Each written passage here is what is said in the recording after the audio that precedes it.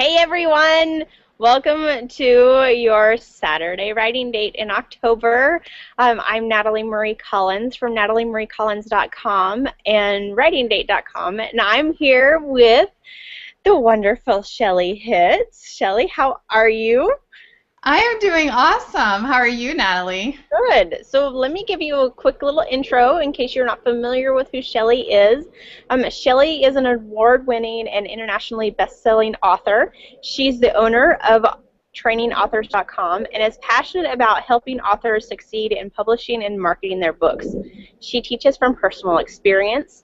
Shelley has been writing and publishing books since 2008 and has published over 30 books, including print books, ebooks, and audiobook formats. So Shelley, that is quite the impressive little resume you have going on. I'm very curious to know how in the world you get all that writing done. I know, right? That's where definitely writing dates do help. And my husband and I have been using those for years. I didn't call them writing dates, but have been using that concept for writing for years.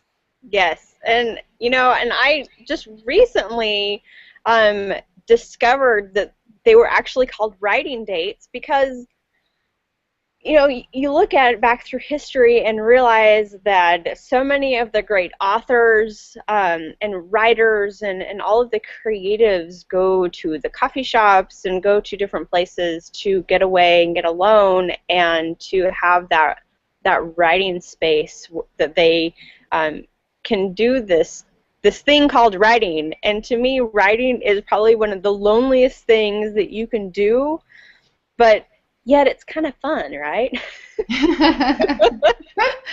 Yeah, and by the way, where are you, Natalie, today? Oh my gosh. Okay, so I'm at my house and I'm sitting Your new house, right? My new house. I'm so excited. I have this nice big back porch that I can actually go out on, and it overlooks the pretty little woods back there. So I was going to go to a local coffee shop. They have a little, like a community room where I could go in and have our writing date there, but I decided to just go and get some of my own chai tea latte and bring it back and enjoy the wonderful weather that we're having down here in Georgia. So it's just turning fall. I think we just got a cold front last night for the first time, and I woke up to 50s, and it was fantastic. So, Shelley, I know you're in Colorado. Are the leaves turning for you yet?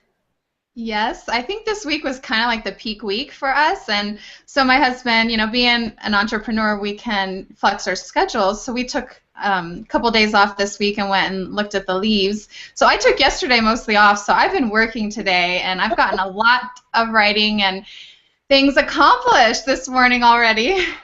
So you said that in the Facebook group that you were going on a writing date today. Have you already gone on it? I have. I ended up staying at home because I wanted to be able, for this hangout, I know it's best to be, hardwired in at home and all of that, but I just was, what I consider a writing day too is just setting aside a chunk of time. Kind of like, you probably are familiar with the productivity stuff, time boxing. They call it like, time boxing, where you create a time where you're going to do a certain task. And it creates, this urgency and this productivity that sometimes doesn't happen otherwise. So I actually got an idea last night when we were on our way home from the mountains, and I've had this book idea on my mind for months. And like most writers, like most entrepreneurs, we're always having ideas, right, Natalie? Oh, they never end. And, I think wisdom is knowing when to move forward with an idea and when to not. And sometimes you just let it rest for a while. And I always keep like a notebook or a list. But anyways, I had this book and I had it all outlined.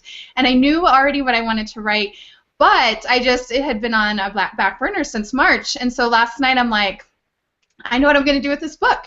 So I got my stuff out, and I'm like, I'm going to move forward on this project. And I did something different this time than I have done in the past.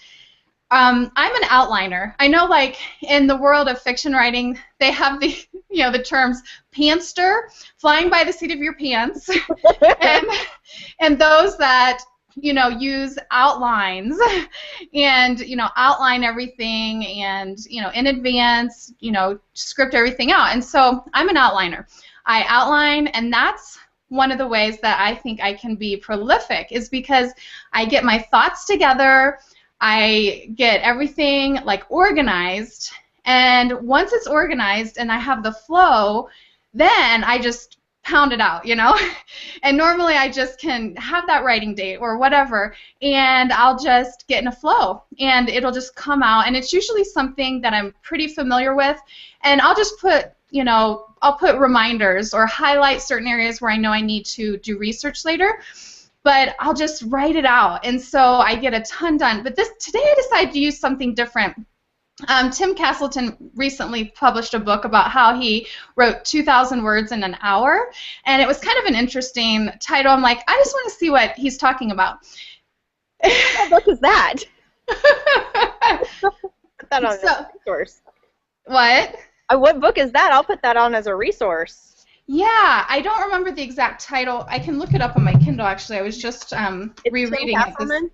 Yeah, Tim Castleman, he's a entrepreneur, and so, but he was talking about his process for getting 2,000 words an hour, and I thought it was fascinating because I'm all about getting a lot done, right? Yeah. Okay, I'm looking it up on my Kindle right now. You've written 30 books, or published 30 books. Yeah, it's actually 34. I hit publish on my 34th Kindle book today. Oh! Yeah, it's the 2KH formula, and the 2KH is 2,000 words an hour. So anyways, I was reading this book, and it just kind of inspired me. And what he does is he outlines, but he does it through a mind map. And then what he does is he records himself on screen share, outlining and talking out the different parts of his book. And so then he uses that recording of that mind map and the mind map as a bonus for those who sign up for the book. So when you sign up, so he's already created his bonus opt-in for his email list, but then he gets his thoughts clear. And he said, sometimes he'll switch parts around after he's recorded because he realizes, things need to go differently or whatever. So I decided to try that this morning with this book I have, and I recorded it. And so what he does is then after the recording, then everything's outlined and he can just, type it out really quick. Well, I decided instead to try sending it to get transcribed, and then I'll get the transcript back and then flush it out from there. So that's what I've been doing this morning, as well as formatting and publishing my latest book to Kindle. So it's been a good morning. Fabulous. So what is your latest book that you have that you published? It's a book I co-authored with Dave Sheets, and he is the owner of Believers Press and Book Print on Demand. So he does a lot on the publishing side, and we published a book for speakers on how they can get their message published in a book. And it's going to be a series of 5 books. This is the first book, and the series is called Get Booked, and it's kind of a play on words because, speakers want to get booked for bookings to speak. But also we want them to get booked so that they can get their message published in a book. So that's the latest book. What a great idea. And so with this video that you created and you're going to get transcribed this morning, are you also going to offer that as an opt-in to the book? Yeah, so that's a separate book.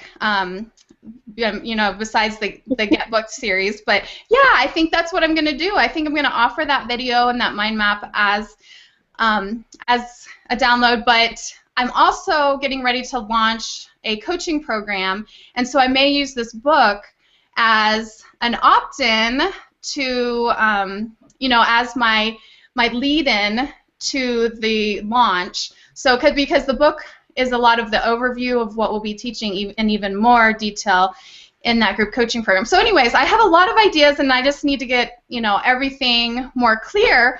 But the good point is I got a lot done and I'm excited about what's coming up. So that's I think that's phenomenal. So if you're if you're watching, you're listening in on this, you might want to jot those little notes down of what Shelley is doing with creating those lead-in and opt-ins to her coaching, because we know as entrepreneurs and being a coach and starting to become the authority in our little niche and market, that having that book is like your little golden ticket to clients. So, if you're listening, make sure that you are taking good notes, because this is juicy information. Exactly, and there's always, there's a little bit more of a value placed to a book, Mm-hmm. And when you can offer a book, and this book is going to be fairly short, but it's going to be, packed with information, establish, that I know what I'm talking about, and also create a curiosity, a hunger for more. So, give enough information that they're not feeling like there's, we're cheated, but give enough information to establish that you know what you're talking about and you're as an authority, but also hook them into wanting to know more. So yeah, so you're basically, what I'm hearing is that you're giving people some of your good information in digestible little chunks. And I love that. I actually appreciate a smaller book, because those larger books that are 200 plus pages, I'd rarely finish them unless it's a novel. So having a short nonfiction book is ideal for me. So if if you're listening on live here and you want to just type in the chat comments, I'm watching those. So if you feel the same way, just kind of let Shelley know that you like having those short books too, because we as writers, we feel like we just need to write so much and create these monster novel size books, when it's actually the short ones that are more effective in my mind.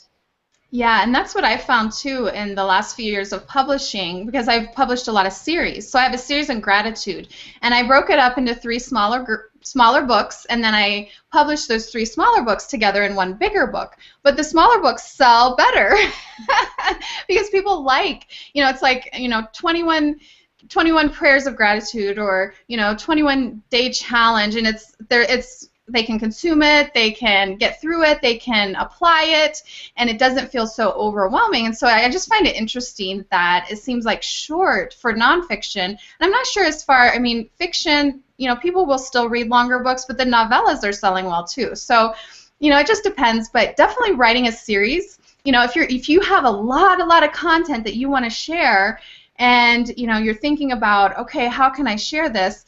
Sometimes instead of publishing it all in one book at once, publish each chapter as a smaller ebook in a series, and then publish it together at the end. So there's tons of ways to do it, and like all marketing, it's about testing, tracking, and tweaking, right? Yes, knowing those numbers that we can be scared to know about. But I know. They're good. So you brought something up that I kind of want to go back to, because it's very, I'm very, very interested in the process. And you talked about getting that clarity and getting clear when you're doing all your outlines and everything. So you are an outliner, you mind map stuff out, and you get clarity. So when you are writing, you have that clear place of exactly what you're writing. When you're at that place, do you find it easier to take yourself on a writing date and get more accomplished during that time?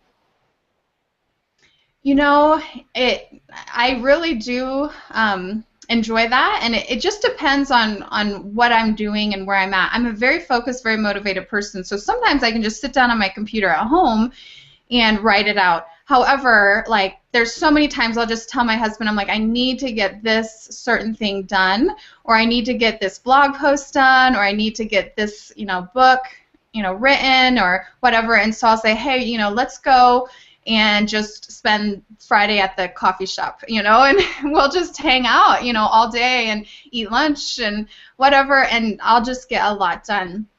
And so once I have an outline together, once I have that established, whether I'm at home or I'm going somewhere else, what I'll do is I'll just set aside a chunk of time. So I'll set aside a morning or a full day, something like that, in order to really get a lot done. And I think everybody has different energy levels. So it's good to know when in the day your energy is the highest, when your creativity is the best. For me, it's in the mornings. So I tend to write best, and I tend to get the most done when I crank it out in the morning. But I love going to coffee shops. My husband and I first got hooked. I don't know if I had talked to you about this yet, Natalie, but we had lived in the country of Belize for 2 years in Central America. Yeah, and so this was from 2002 to 2004. And at that time, the only place that we could get internet was at a coffee shop or an internet bar type place. And so we had this favorite coffee shop, and it was called the Green Dragon, kind of a crazy, name, but we loved going there, and we got so used to working and being connected to the internet in a coffee shop that when we came home from Belize, we would often find ourselves wanting to go to Panera or Starbucks or somewhere because it felt so comfortable. It felt like what we had been doing the last 2 years, and I think it developed a habit in us. But there is something very powerful about getting out of your environment and going somewhere different. You avoid those distractions. I don't know about you, but when I'm at home, it's like, oh yeah, I need to, do that laundry, or, I need to do this, or I have that other project that I need to get to. Whereas when you leave your environment and you go somewhere else, and then you can get very focused on your writing. And so it is very powerful. You make such a great point. I just got finished moving everything into my new house last weekend and on Monday. So oh, wow. I still have a house full of boxes. Oh. So while I'm sitting at home, I'm looking around going, oh, I need to empty that box and that box and that box. I totally understand. So to me, grabbing my laptop and taking myself to a coffee shop is a way of, I acknowledge that I need to get this stuff done, but I also have got to respect the fact that work is just as important, if not more important, because of, it brings in the money. So if I want to have that house that I want to continue to live in and have the boxes, then I really need to make sure that I get my stuff done as well. And working from home, you just have all of those distractions. And so going to the coffee shop is sometimes my lifeline to productivity.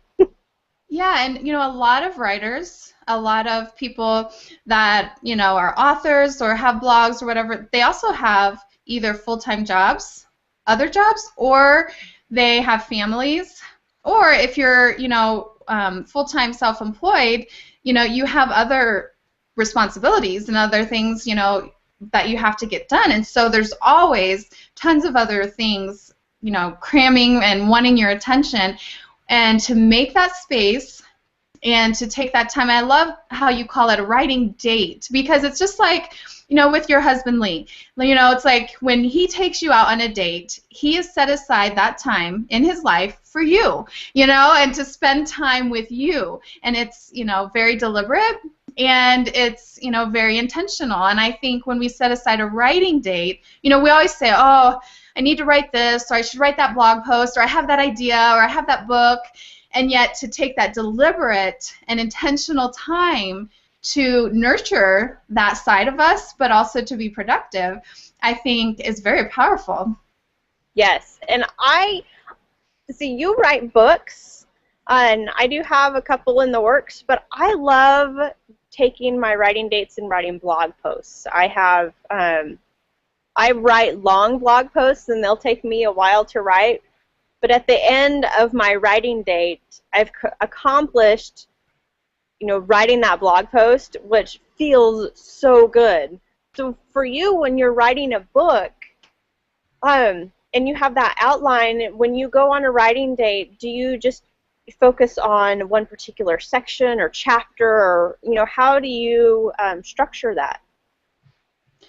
You know, I think everyone has different routines, but for me, I usually just start in the introduction, get that going, and then I just go from there. If I'm not feeling it for a certain section, I'll just move on to the next section because with nonfiction, it's very easy, to, move. And even with fiction, you have different scenes. A lot of people, I think you write in Scrivener, don't you? I do. I write in Scrivener. Yeah, so you can go from your different, sections very easily. In Word, if you create headings, you can have a pane on the. I have a little section on the left-hand side that shows me all my headings, and I can, flip back and forth from different chapters very easily. But I usually just sit down and I just go. And it's interesting. Recently, I've been doing something similar with my blog posts, and I'll get an idea and then I will outline out my blog posts. One day I was sitting in the line to get my car washed because my husband asked me to go get the car washed. So I'm like, I need to do that for my husband, And It was such a long line. Must have been a really bad time in Colorado. Everyone needed, their car washed, and I was feeling a little bit annoyed. And instead of feeling annoyed and getting frustrated, I took out my phone, and I have this little app on my phone. It's an Android, and I think I just use an app called Simple Mind. But anyways, I just took out my little mind mapping app, and I mind mapped out my blog post. And when I got home, I exported that mind map to my computer. I took that mind map, I copied it into a Word document because you can just do it very easily, just Control-C and then just copy it into a Word document. And then I just started typing it out. And that blog post, it just flowed. It was so easy. So, I use a similar process for blog posts too, where I'll outline them. And then when I sit down to write it, I already have my thoughts together. I already have kind of, as I'm outlining, I'm thinking about what I'm going to say, what I'm going to write, and then I can just sit down and just go from one point to the next point, to the next point, to the next point, and then just flush it out. And I change things around, and if it doesn't seem to flow as well, I might cut, and paste or whatever, but that's typically how it works for me. Everybody is different. So some people, their process will look very different than mine. No, I love it. And so you talk a lot about mind mapping, and we also have another friend, Bob the teacher, who loves mind mapping as well. I also love mind mapping. I probably don't do it as much, but I use mind mapping more to map out businesses, like business flows. But I love the idea of putting everything into a mind map with writing and simplifying it and breaking it down even more that way. So let me ask you, what are some of your favorite mind mapping tools that you use? I just use the free version of FreeMind. Okay. And I use that on my computer, and like I said, on my phone, I think it's just called Simple Mind. Let me look at, It's just called Simple Mind. It's an app for Android. I think it's available for the iPhone too. And I use that on my phone. But I just kept it simple. There for a while, I looked at all the different kinds of mind mapping tools, and there's so many different ones. But I found that the more simple I could keep it, and the FreeMind software, anyone, anywhere, any place can download it and also use my mind map, see it, manipulate it.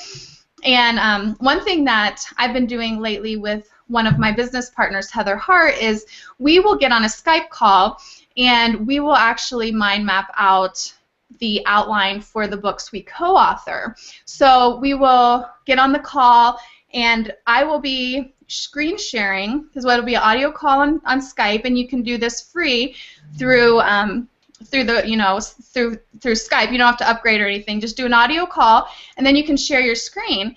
And then she can see my screen. I'm typing into the mind map, and then she's like, "No, I think we should do this or this." Oh, okay. And then we're rearranging, we're brainstorming, we're mapping it out, and then within usually an hour, maybe 2 hours, depending the length of the book, we have it outlined, delegated, because then we'll say, "Okay, you do this section, I'll do this section," and then we go off and do our parts and then come back together. So, that's another cool thing about mind mapping, is if you're co-authoring a book, you can outline it together that way, delegate the sections, and then write your sections from there. Oh, I love that. I use a program called MindMeister, Oh yeah, and I don't know if have you heard of that one? I've heard of it. Okay, that's the one I love to use because it actually acts like a Google Doc, Oh and cool. you can get on. It's all online, so you can get on with somebody else, like share it with them, Mhm. and then go back and forth live, just like you would have with the Google Doc. Cool. So that's the one that, because I'm the same way. I've gone through lots of different mind mapping tools, and that's the one that I found that I like the most, because I get to collaborate with people, and I love collaborating. So speaking of collaborations, you have been talking about co-authoring books together, and that's a really neat concept of co-authoring something to where you don't feel like you are doing it all on your own. And do you find that it gives you like an accountability partner as well? Yes, it does, because what it does is you're setting deadlines, and if you don't meet that deadline, you have to tell that other person, oh, I didn't get my part done, and so we're going to have to extend the deadline. And, the people I usually work with, we're flexible, but yet, you're going to be letting somebody else down, or, there's just that other form of accountability. But also, when you co-author a book, you don't have to write everything yourself.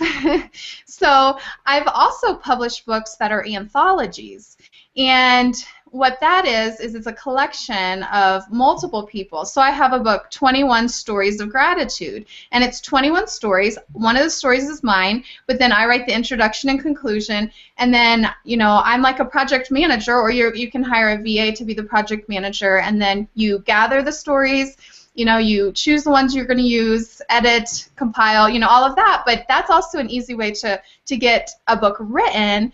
I wouldn't should say easy, but it's a way to get a book written and published without having to write all the content yourself. I mean, there's a lot of management that goes into a project like that. So a co-author is probably a little bit simpler as far as just getting that going. And I have a blog post on my website that's all about co-authoring. I don't know if I can somehow send you the link, or Yeah, are you part of the group chat? let's see. I'm not on there right No. now. On the left-hand side, you'll see the little blue chat bubble. Okay. So click on that, and then the chat will come. There you go. So, Okay. can you guys that are watching live, can you see that link that Shelley just put in there? Yeah, so it's kind of long, so that's why I wanted to put it in there, but it's just trainingauthors.com/self-publish-book-co-author. But this is one of the blog posts I actually outlined and mind mapped, and then I came home and I wrote it in lightning speed because I already had the outline and everything that I wanted to write. So Wonderful. So I'm just wanting to make sure that everybody got that link because you have such great content on that website. I was on there the other day and just, gobbling up all the nuggets of information that you put on there. So I love the idea of co-authoring. I've put together a couple compilation books or anthologies, as you call them, and I know how much work they can be. But it yes. also, if you've never been published as an author, sometimes they're the best way to start and to get your feet wet and to get in the flow of how it works and as an introduction. So, Shelley, do you know how many of, I'm getting a little bright over here, so I'm going to move so y'all can see me better. I'm not blinding you. There we go. The sun will come out. Okay, so how many anthology books have you been a part of? Do you know? I would have to go back and count. I have, let's see, at least 3 that I can think of off the top of my, no, 4. At least 4. One was for authors, and Heather and I gathered book marketing experts, and it's called Indie Author Book Marketing Success. And so, each author had a different chapter. And then I have one that's called Unshackled and Free, True Stories of Forgiveness. So it's a bunch of different stories on forgiveness in the areas in like different categories. And then the 21 Stories of Gratitude, 21 Stories of Faith. So I've done several different ones. And my husband published an anthology that I wasn't personally a part of. But yeah, we've done several of these. They're great, and I mean, I have a system now, and I have a way that I do it that works well for me, but it definitely does take time to get that going, and it's basically, if you're not very organized or detailed or have that project management ability, you definitely want a VA or somebody that can handle that side of it for you. But it's a great way to publish a book and to bring in other experts, other authors, and kind of like, how people will host telesummits, and they'll bring in all these experts from, a certain area. Well, it's kind of similar to that, and like, for instance, the book that I did with book marketing experts, I approached different experts and brought them in, and then I am like the host because I'm the one that's publishing that book, and I'm being associated now with those experts. So it's another way also to gain additional authority in your niche as well. And I'm trying to find the Q&A button, so bear with me for a second. I have put together several anthology books, and I can attest to how much work that they are, but the connections that you make from putting something like that together is invaluable. And so if you have the opportunity to be a part of one of those, I highly encourage you to do that. And so part of that process with an anthology book is usually you write a chapter. It can be your story or your contribution to the story. And taking that, you'll be able to, a lot of times they're short enough to where you can take yourself on a writing date and knock the entire thing out, or at least the first draft, within that time. Yeah, it's like a longer blog post a lot of times is what I tell people. I'm like, don't think of it as like a chapter. Think about it in terms of what you already know. Think about it as like a blog post, and it doesn't seem so intimidating that way. Very much. So I'm not sure if the Q&A is working on here. Are you able to see it, Shelley? Let's see.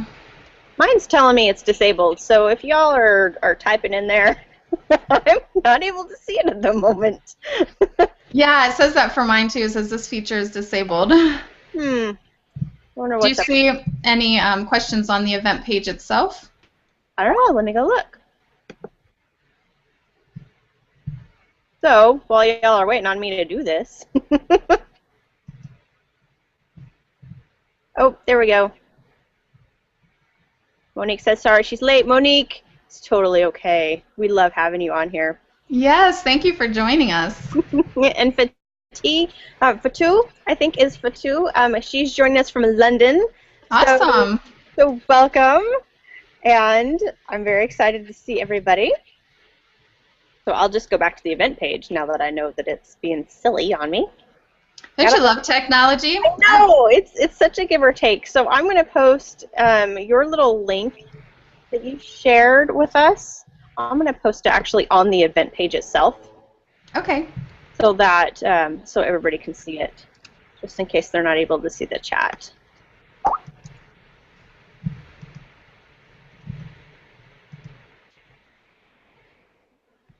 Here we go. So hopefully y'all can see it. So Shelley, we met in person, let's see, in August at NAMS. And that was, what was that, your first time that you have been to NAMS, I know that, but you actually don't go to very many live events, correct?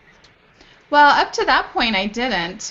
Once I went to NAMS, I was hooked, and I just went to an event last weekend, the Impact event in Denver, which was close by, which that was cool. And I'm going to Beachpreneurs, which is not necessarily an event, but it's, it's a retreat, and it's definitely, face to face. So, yeah, I definitely got hooked at NAMS and realized that now that I'm taking my business to the next level and really wanting to grow it, that having those relationships and meeting people face to face is so different. Like, you can grow a relationship 100 times faster, I believe, at least what I've experienced so far in person, than just connecting with them online. And so it's very, very fun to meet you and to continue to get to know you afterwards too. It was great getting to meet you, and I'm going to Beachpreneurs with you here in a couple weeks, so I'm really excited. And I think Kelly McCausey's on the call too, so Kelly is one of the co-facilitators of Beachpreneurs, so Kelly, shout out to Kelly. And so I have found that if you're putting together an anthology book, almost everyone that I've been in an anthology book with or put together, I've met at live events. So if you are looking for somebody to maybe co-author something with, or an anthology book to be a part of, sometimes those are the best places to find people to do that with. Yeah, I agree, and I think that's a great idea, and just to be able to build relationships, see who you connect with, and then see if there's a way maybe that you want to come together. And it's great when you can co-author a book with somebody that complements your strengths. So, like the recent book I co-authored with Dave Sheets, he has different experiences, different expertise than I do, and so coming together with him really brought two different expertises together in the same book, and it was really, something, valuable. So I think that's really great when you can find somebody that helps complement you. And then my business partner, Heather, and I, we just work really well together. We've worked together since 2009, and we we can get stuff done, and we teach well together. We almost like can not read each other's minds, but I mean, we just work well together. And so when you find someone like that, that can be very valuable too, not only as, working in business, but when you're co-authoring a book or working on a project and that sort of thing. Or is it just me? Oh, I see you're back. You froze on me. Oh, I did? Yeah, okay. I don't know if you froze on anybody else or if it was just on my side, but I know you were talking about your business partner and how you guys can just knock stuff out. I also know that from going to NAMS, you were able to meet Kristen Eckstein in person, which you guys have something in the works. Yes, we do, and that's another partnership where, Kristen has a lot of expertise on the publishing side. I have a lot of expertise and experience in the marketing side. We both have experience on, writing, publishing, and marketing, so, it's just a well-rounded thing, but we're going to be coming together for a podcast, and it's booksbusinessandbeyond.com is the site, and you can sign up for updates and stuff, but we're going to be launching a podcast soon, and it was so fun. This week we were able to pick the music, and my husband has a really good radio voice, so he recorded the intros and outros for us, so when you hear the podcast, that's CJ's voice, and it's just exciting. We're outlining, we've gotten our first initial guests, and we're going to be starting to record this week, so it's really exciting when you can meet people then at these live events that then you can do partnerships with in many different ways. And what Kristen and I are going to do, because we are both, we both publish a ton of books, and we're prolific at that. We're going to take the transcripts from the podcast and publish them as Kindle books as well. So it's going to be exciting. Fantastic, and I'm excited to start listening to your podcast. Do you guys have a launch date? We don't yet, but we're getting everything ironed out and getting our first podcast recorded, and then keep your ears open because we're going to be, sharing that launch date soon. We were hoping sometime this month, so we'll see how it goes because we're both super busy this month, but hopefully we can still get it started, and if not this month, probably next month. Well, and Kristen will also be at the Beachpreneurs, so maybe there's some things that you guys can, finalize and hurry up and bring us that podcast. You guys have so much great knowledge too that I feel that is needed and needs to be shared. So I'm excited for you guys to put that out and put it together. Yeah, Kristen said she's going to bring her microphone to Beachpreneurs, so we'll probably even record an episode on the beach or something. We'll see. Maybe we'll have you, as a guest or some of the other beachies that are there. That would be fun. So there's going to be a lot of great women there that are all really like-minded, very entrepreneurial spirited, and can probably contribute a lot to making your first, several episodes of the podcast. You can get them rolling out, and so we can start listening to all that. Yeah, I know. It'll be interesting.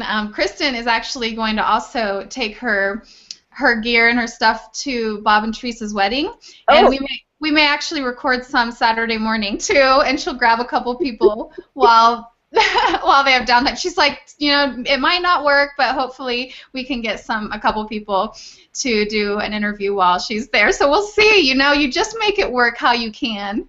Yeah, and I've done interviews at events before, and sometimes, you just get so wrapped up in the hype of what's going on, and then you realize at the end, you're like, oh yeah, I was supposed to do that. Yeah, and if it doesn't happen, we'll do it another time. But, if it happens, great. So, we're just, we're getting the first podcast. I think we're starting Monday, so here in a couple days, and then, just moving from there. But it'll be exciting. Yes.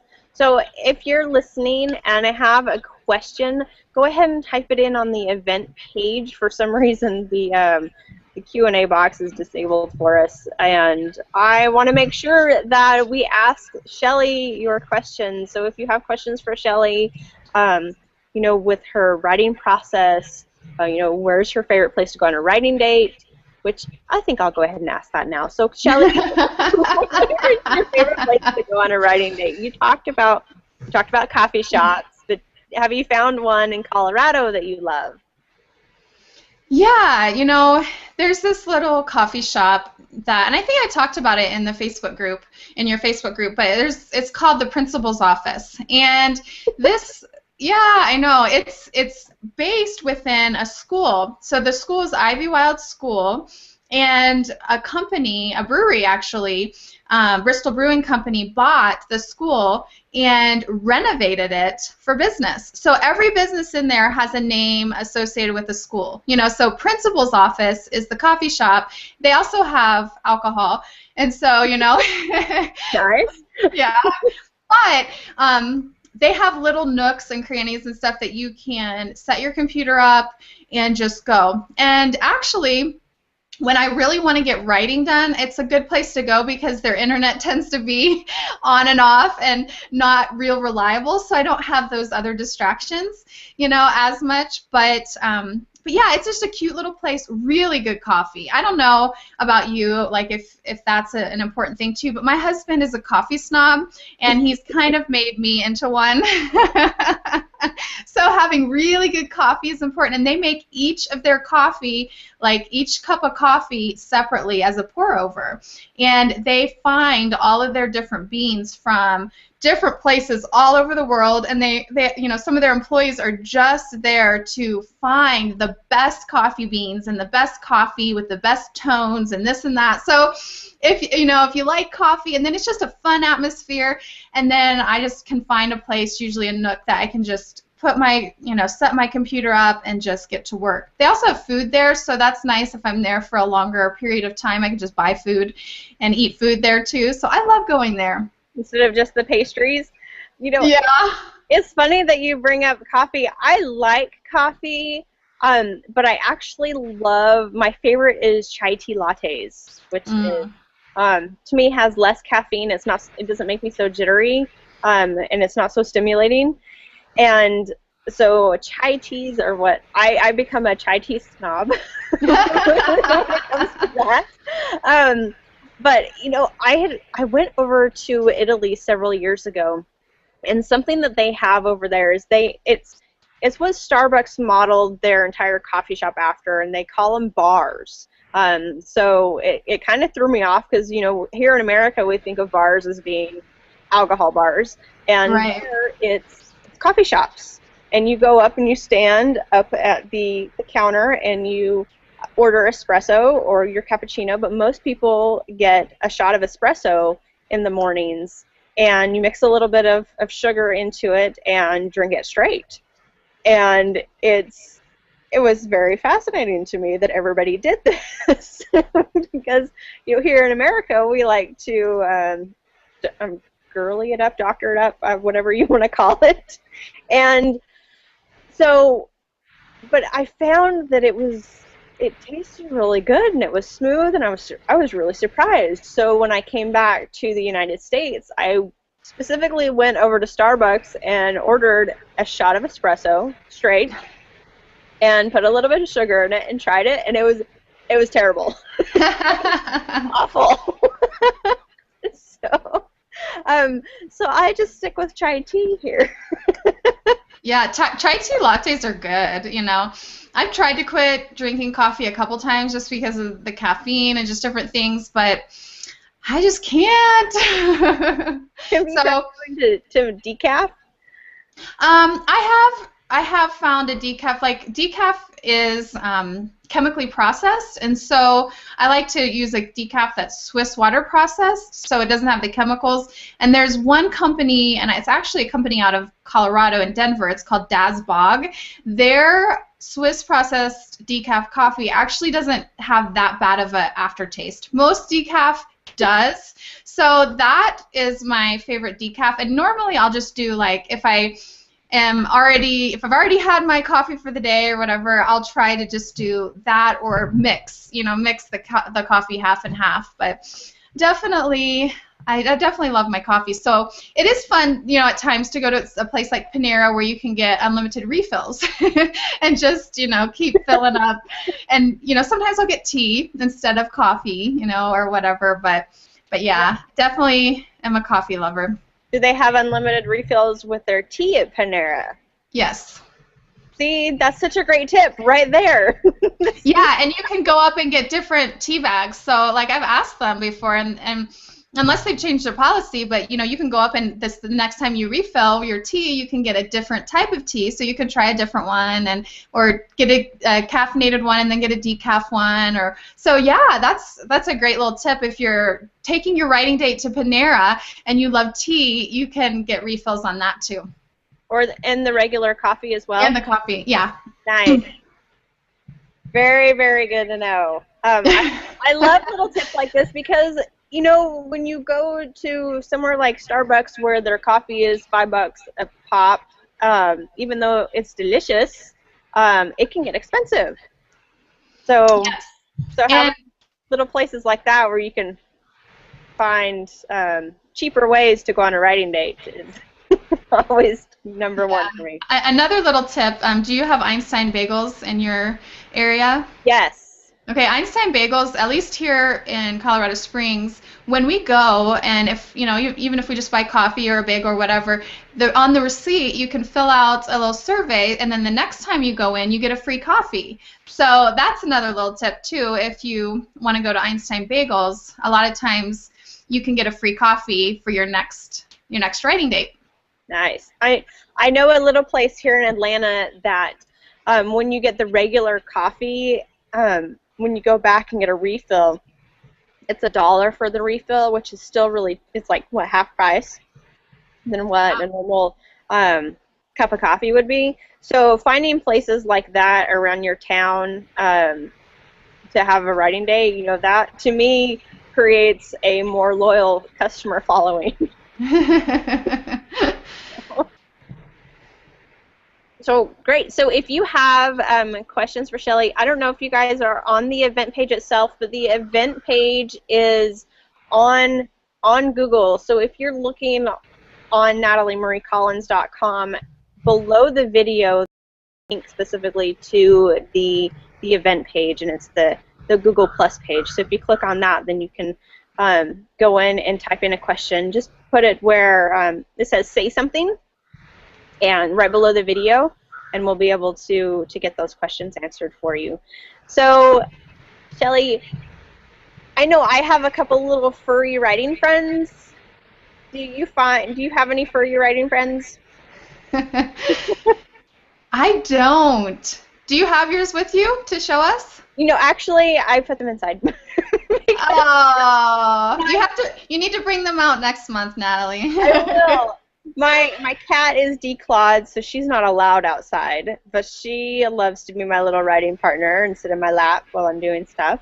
And then my dog is always at my feet, but if I brought him outside, he would bark at all the leaves falling from the trees. Ah.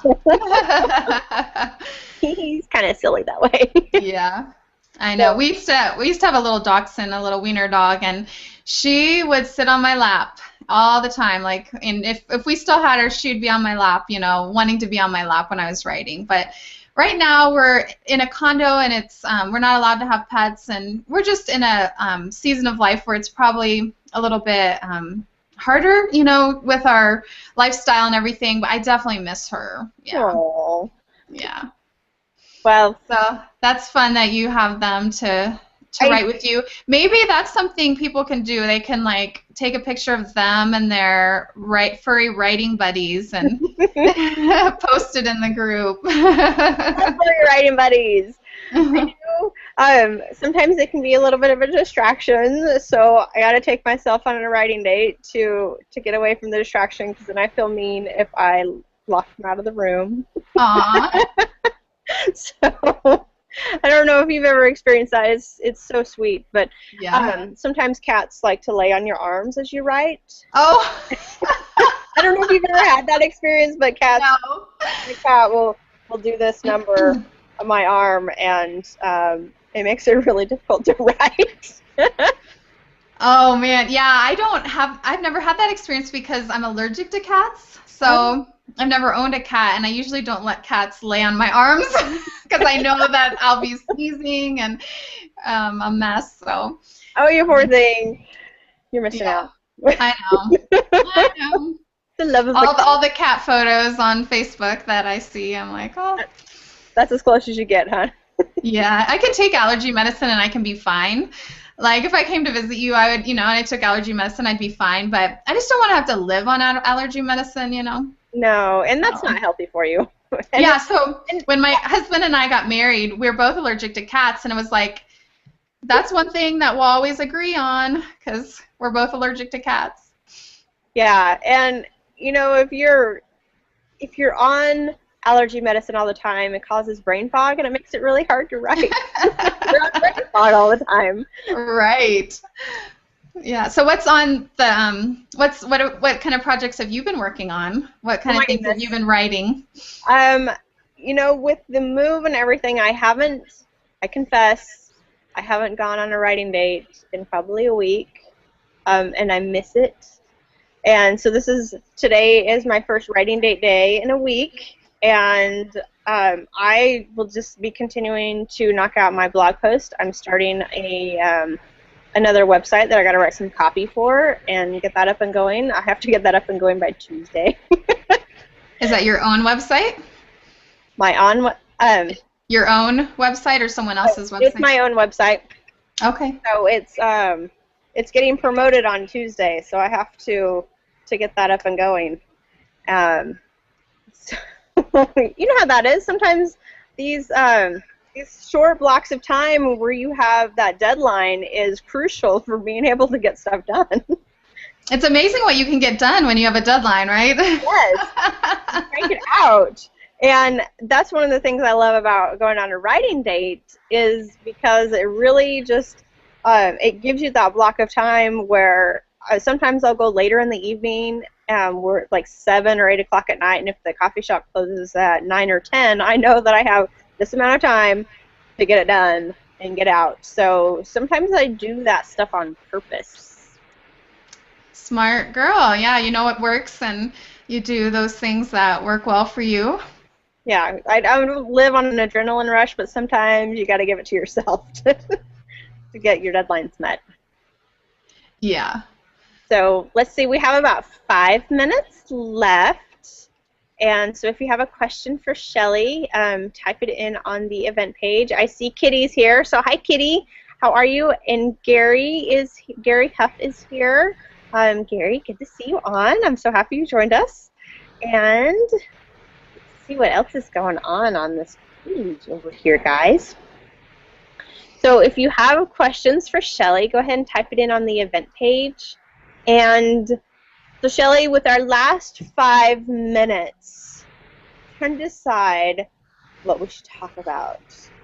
So we have the Beachpreneurs coming up. So we're going to get a hangout together in 2 weeks. Which I can't wait. And mastermind. And I have some other things in the works, and it has to do with that website that I'm putting together that I'll tell you all about then. And then by the time we have another hangout, I can spill the beans on it some more. So it's kind of teasing. Very much teasing, but that's part of the fun of having a mastermind group. Because when you have a mastermind group, whatever happens in the mastermind group stays in the mastermind group. And then once you get all your ducks in a row and get it going, then you can spill the beans out. So, I mean, that'll make it a lot of fun. Yeah, and what I'm excited about, I think with a mastermind group, you can just get so much clarity. Like, people from outside your brain. Sometimes, I told my husband, my brain and the way I think, sometimes it feels like this.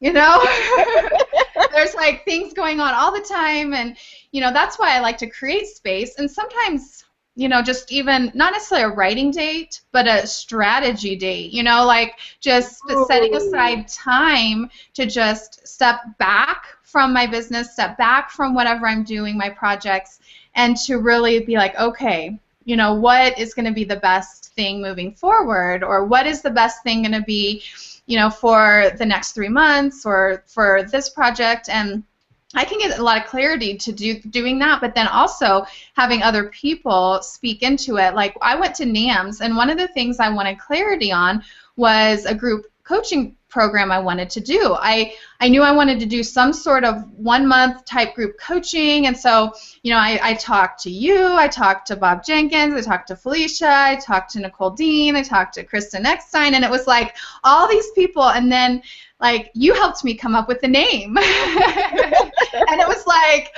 yes. And it's like when you're in a mastermind and you have all these other people kind of helping come together, it's like all this brilliance, and for me it really can bring clarity. And so, I'm excited. I'm coming to Beachpreneurs and wanting to get clarity on something else. And so, I have a specific goal, a specific thing, and yet I also just want to enjoy the beach. And I told Nicole Dean, I said, I want to ride one of those like stand-up. Well, I don't even know, what are they called? Those things that you stand on and you kind of paddle boat or paddle on them. But anyways, she's like, I have 2 of those and I'll bring them to the beach. I'm like, okay, cool. So it'll be fun. Yes, and I'm really excited because I love the mastermind environment. For the same reason that you do, is the clarity, and we keep coming back to that word. And to me, it's so important to have that clarity when you sit down to write something, because that will, to me, it helps me knock stuff out really quickly. Sometimes I don't always have clarity, and that will actually drive me batty if I don't. And I think it drives other people batty as well. So getting clear on something, it may take a little bit, but once you have it, it just makes things, like your productivity just skyrocket, because you have an end goal in mind of what you are wanting to accomplish with that time. So Gary Huff has a question. He says, Natalie, you have a list of what to bring.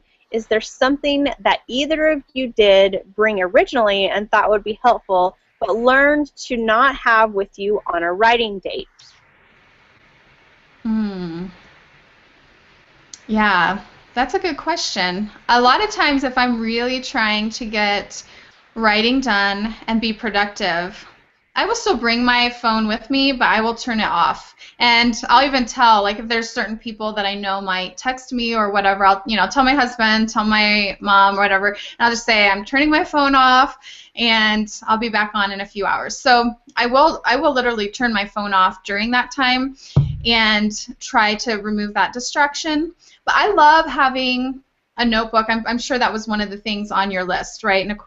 Right, Natalie? This one. Yep. Yeah. Yeah. Because I love, like, this is an outline, and I love the tactile thing. And sometimes, like, the mind maps, I like that, but then sometimes I just need to write it out, and I just need to get it out, and I need to write it out. So sometimes even while I'm typing, then I'll stop and I'll outline out something on pen and paper, and I love having that. But I don't know if you have any other insight and things that you bring or you have learned not to bring. Yeah, I see. I have that list that I've created, and it came down to I will over prepare for everything. So I think I am. There we go. I have some dust on here in the light. Okay, so I tend to over prepare. So I will pack my bag full of pens and markers and like a notebook, a reading book, a sketchbook. Like I'll start to over prepare, and then I realize I get there, and most of the time I don't use any of this stuff. Most of the time I use my laptop and my notebook, and sometimes I don't use my notebook even, but I keep it there because I keep so many ideas and stuff inside this little book that I want to have it there just in case. And sometimes I don't even want an internet connection. So sometimes I will bring my MiFi card, and sometimes I won't. It just depends on what I'm doing. Yeah, and I like having my notebook there because when those ideas come into my mind that want to distract me, that are not related to what I'm writing on, then I can just take my notebook and I can just write it out and just be like, okay, I have this idea for that other project, and I have this idea for this thing, because we're all like that. We all always have these ideas, and so instead of letting it distract me from my writing, I'll just scribble it down on my notebook real quick and address it later. But yeah, it's I know that you have that creative side, and so maybe sometimes to get your writing going, you need to have that, you need to draw or need to do something and go that way. But for me, I tend to keep it simple, and I tend to just bring my computer, a notebook, and pen, and just try to really, get my writing done. Yeah, and I agree with that because I tend to overcomplicate things, and I find that I'm a lot more effective when it's just simple. So being having the ideas go all the time, and having the more creative mind can actually make sitting down and writing more difficult because I have to be all over the place. And so what I found, this is like my formula of how writing dates have worked best for me, is like you're most productive in the morning, and I find that if I'm working on my client stuff in the mornings, and I will actually knock out at least 2 to 4 hours worth of work in the morning for clients, and get to that stopping point where I feel like I have a lot of accomplished in the morning. And then I will have, it's like, say 2 o'clock in the afternoon is when I've scheduled in my time for writing. So all that morning time has led up to me being able to go on my writing date, and my writing date is a treat for my stuff. And I find that if I go on a writing date first thing in the morning, that it doesn't work very well for me. Like I create an image or something, which is actually frustrating because I'll spend 2 hours and I'll leave going, I didn't get anything accomplished. And it's so, that part is so frustrating. So I found for me, I have to do my regular work so that I don't I don't have it in the back of my head saying I need to get this other stuff done. I get that stuff done first. And then while I'm getting that stuff done, my brain is getting excited that I'm going on a writing date soon and I get to write about stuff.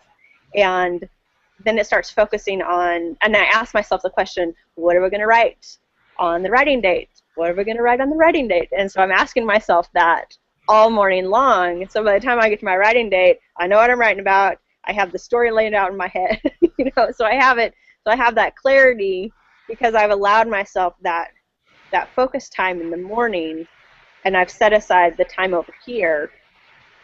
And so I find that if I bring more stuff into that mix on a writing date, that it clutters up that space, and I become totally distracted, and it doesn't work. Yeah, that totally makes sense. Like, that you need to clear your mind and like get those things done, so you're not thinking, oh, I still need to do this, I still need to do that. Like for me, because I have some coaching clients, but I schedule them on certain dates. So for me, I can just schedule my work so that morning that's my work, and then that's how I do it. But everybody has different, responsibilities, different, things, and so writing dates are going to be very individual for each person, and especially like, how you work best. And that's why I think it's cool that you're having different people each month come on the writing date hangout, because we can learn so much from everyone, and everyone is unique and has a different approach. But yeah, that totally makes sense to me, because I might be that way too. Like if I had things I knew I had to get done for clients, it would be hanging over my head. Yeah, and then there's that weird guilt that kind of starts hanging on too, and then it's pointless to even start, for me, to go on the writing date if I have that little tinge of guilt in the back of my head, because I'm going to be ineffective either way. So I want to make sure that I'm effective in both areas. So that makes so much sense, yeah. So something else that, Gary, that I have tried in the past that did not work is to just bring a notebook and write in the notebook itself. And that actually has not worked for me, because yes, I do love my notebook, and I do love to write down ideas in my notebook, but I don't like to write down the entire thing as if I'm writing it in a Word document, all in one sentence. My mind has been so conditioned to how you can cut and paste and delete stuff out and everything on a computer that it actually screws up my brain and I can't function. So I've tried leaving my laptop at home, and that didn't work for me. So, do you ever have that issue, Shelley? Have you ever experienced that?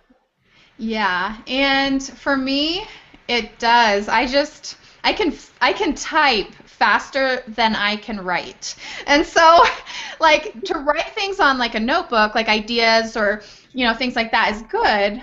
But when it actually comes to writing, it frustrates me if I'm using paper and pen, because I can't go as fast as I want to. And that was one of the best things my parents did. My dad was getting his doctorate degree when I was in 5th grade, and he got one of the very first versions of a computer.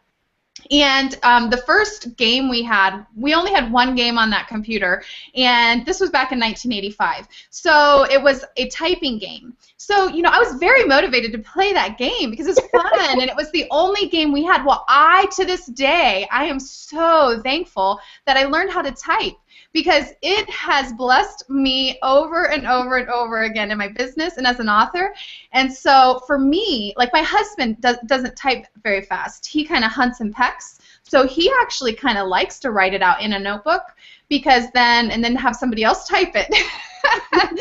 Like, he would do that in college. He would write out his papers and pay a girl, to write up his papers. And I'm like, yeah. But, so it's different for everyone. But for me, I get frustrated because I'm like, I could be typing this faster. And then also what I tend to do for books is I tend to actually write in a template that's already formatted for Kindle. So that way the formatting is getting done at the same time that I'm writing it. And so I like to accomplish two things at once. So I like to do that as well. So I like to type it in as much as possible. You know, it works different in different times. Like, you know, sometimes I've written out things in a notebook, but for the most part, I like to type as well. Nice. So let's see. Kitty says that she missed the first part of the meeting and wants to know more about the mastermind program that we were referring to, and it's Beachpreneurs, and I will put the link on the replay page, so you'll get that as well. And yeah, and you can just go to beachpreneurs.com as well. Yes, and I'll put that up for easy reference so that you guys you don't have to remember it. So, Shelley, we're actually 10 minutes over. Can you believe it? Wow, it went by fast. It was fun. I know, it was so much fun. So thank you for joining us on the writing date today. And yes, thank you for having me. Yes, I'm going to be enjoying this beautiful weather outside today, and actually having my writing date today, and enjoying the beautiful temperatures, the fall temperatures. So thank you so much for coming on and sharing all of your great wisdom with us. And thank you, everyone, for joining us and asking such great questions and hanging out with us today. Yeah, thank you for having me, Natalie, and I hope that everyone got some writing done today and accomplished something that you wanted. And if not, put on your calendar right now when you're going to have your next writing date, whether it's next week, next month, whenever. Just put it on your calendar. Set aside that time for you and writing because it's so worth it. Yes, and if you can only do it once a month on the first Saturday every month when we have our writing date hangouts, then it's better than no writing date. Exactly. So we are good. So thank you, Shelley, and thanks everyone for joining us. And we will see you next month. And I'll be sending out emails to let you guys know when the replay is up and when the next writing date is going to be. So be on the lookout for those emails. So bye, everyone. All right. Bye-bye.